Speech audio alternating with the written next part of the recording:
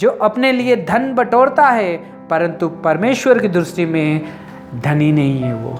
है भाई और बहनों, हमें धन इकट्ठा करना है, स्वर्ग में करना है। अच्छे कामों के द्वारा हमें धन इकट्ठा करना है, लोगों को सुसमाचार दे के हमें धन इकट्ठा करना है, लोगों की मदद करके हमें धन इकट्ठा करना है, सहायतमंद लोगों की सहायता करके हमें धनी बनना है भाई और बहनों। परमेश्वर के घर के जो कोई भी ज़रूरत है उसे पूरा करके हमें धनी बनना है। ये धन जो है हम अगर स्वर्ग में इकट्ठा करेंगे तो भाई और बहनों एक दिन मरने के बाद में भी वहाँ पे हमें धन मिलेगा। हे भाई और बहनों, आज परमेश्वर इस वचन से हमसे बात कर रहा है, जिसके किसी के जीवन में अगर लाभ है तो कोई बात नहीं, बहुत ही अच्छी बात है अगर किसी के जीवन में लाभ है, लेकिन वो लाभ को देख के अगर वो परमेश्वर को भूल जाता है, परमेश्वर को छोड़ देता है, तो भाई और बहनों आज परमेश्वर इस वचन के द्वारा हमसे बात कर रहा है। आपका और मेरा जीवन कैसा है, हम सब कैसा जी रहे हैं और कैसा रह रहे हैं। क्या धन के ऊपर हमारा मन है,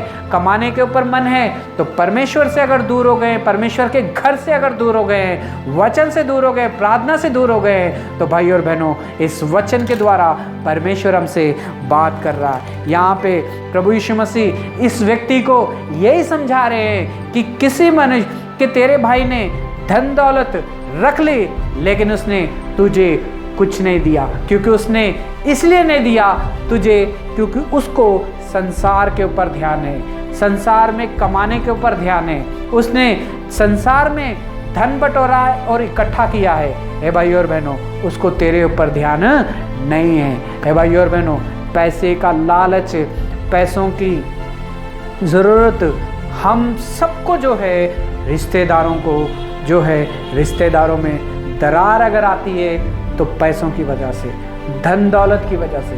हे भाई और बहनों, हमें पैसों से, धन दौलत से प्यार नहीं करना है, उसके अधीन नहीं हो जाना है और परमेश्वर से हमें दूर नहीं होना है। हमें सबके साथ मिल के रहना है। जो जिसके भाई का जो हिस्सा उसका है हमें उसको दे देना चाहिए। हे भाई और बहनों, यहाँ पे एक व्यक्ति है जो अपने ही भाई का संपत्ति के ऊपर अधिकार जनाए बैठा है लेकिन उसे कुछ नहीं दिया। हे भाई और बहनों, अगर इस दुनिया में अगर धन हम इकट्ठा करेंगे तो भाई और बहनों परमेश्वर से दूर हो जाएंगे और नरक के योग्य बनेंगे। हे भाई और बहनों, प्रभु यीशु मसीह इस दुनिया में इसीलिए आया ताकि वो हमें नरक की आग से बचा सके।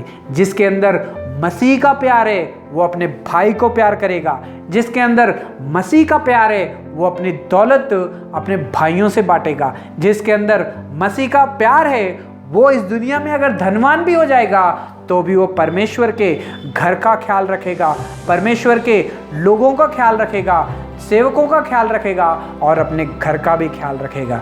हे भाई और बहनों, हमें दौलत कमानी है, पैसे कमाने हैं, मगर हमें उस चीज़ के अधीन नहीं हो जाना है। वचन में लिखा है कि सभी वस्तुएं मेरे लिए उचित तो है मगर मैं उसके अधीन नहीं हो जाऊंगा। अगर हम धन दौलत को देख के, पैसों को देख के अगर हम अपने भाईचारे को भूल जा रहे हैं, अगर हम परमेश्वर के घर को भूल जा रहे हैं, तो भाई और बहनों परमेश्वर इस वचन के द्वारा हमसे बात कर रहा है। आपका और मेरा जीवन कैसा है?